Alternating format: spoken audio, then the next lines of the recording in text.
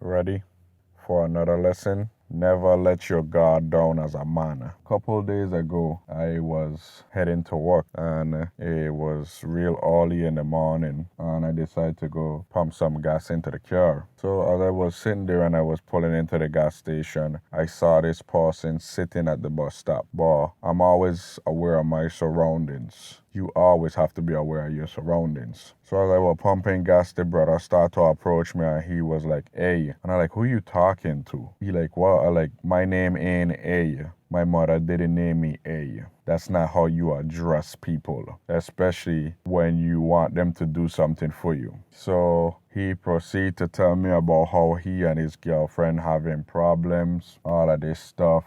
Mind you that my guard up all the time. It's super early in the morning. My guard is extremely up. Even in broad daylight, it come down a bit, but I'm always leery about people approaching because they're not approaching for nothing. They're approaching for something. I never be fooled by that. So mind you, he wanted a ride, and this is a stranger that I don't know. He wanted a ride to the train station, which was only a couple of blocks away. It was actually walking distance. How do I know? I actually run around the area all the time. So I know the mileage, but he don't know that. So I like, okay, you know what? Go let me finish pumping gas. Just go ahead, wait at the bus stop and then I'll come scoot you. Mind you, he had a negative attitude before he decided to tell me about his girlfriend and apologize. Needless to say, I went the other way and I didn't pick him up. I tell you this story because it's dangerous out here, especially what going on in today's society. You could be a good Samaritan and that could have been the last time you see your family. That could have been the last time I do anything. I don't trust anybody,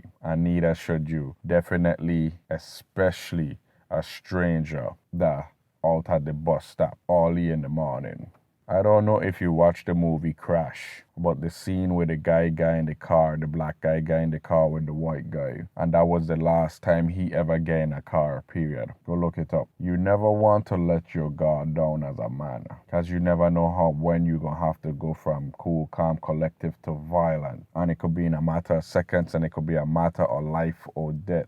So to avoid that situation, I just didn't pick him up and I shouldn't have talked to him. I usually have my headphones on and I ignore you until you come within my vicinity. But I didn't have my headphones that day. Let this be our lesson, especially in our community. People always want to run game. Mainly in our community, people want to try and suck a dollar out of you. My thing is I don't run up on people, and you want to make sure that you have your shit in order so you don't need to depend on strangers out here in this world.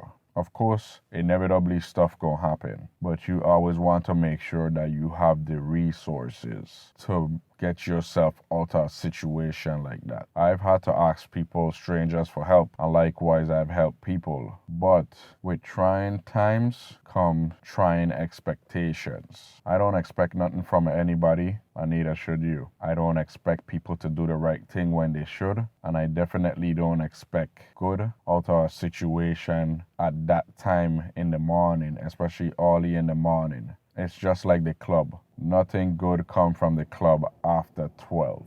That's the mantra I live by. That's why I don't go to clubs. I don't go to bars. I don't go to none of that stuff. Because nothing good ever really come from them. Especially at that time. Sleeping hours. Soul snatching hours. I don't know why this guy was sitting at the bus stop and I don't care. Your plight is not my plight. And as a friendly reminder, gentlemen, nobody cares. They may listen, they may pretend that they're empathetic, but in reality, they don't give a shit because they're not in that case. They're not in that situation. There's many times where I've been in situations like that before. This was way before my bread and chippers was right. And I don't know what you doing. Yeah, look like my age. And I don't care what you're doing. You need to stop fucking around out here and get your shit right. But it's funny, it's entertaining to me that he and his girl was having problems. He said quote unquote technical difficulties. So you living with your girl, that she put you out and stuff. You see, that's why you need to have your own shit, gentlemen. Because it's either your rules or no way. My way or the highway. Because then if you had your own stuff,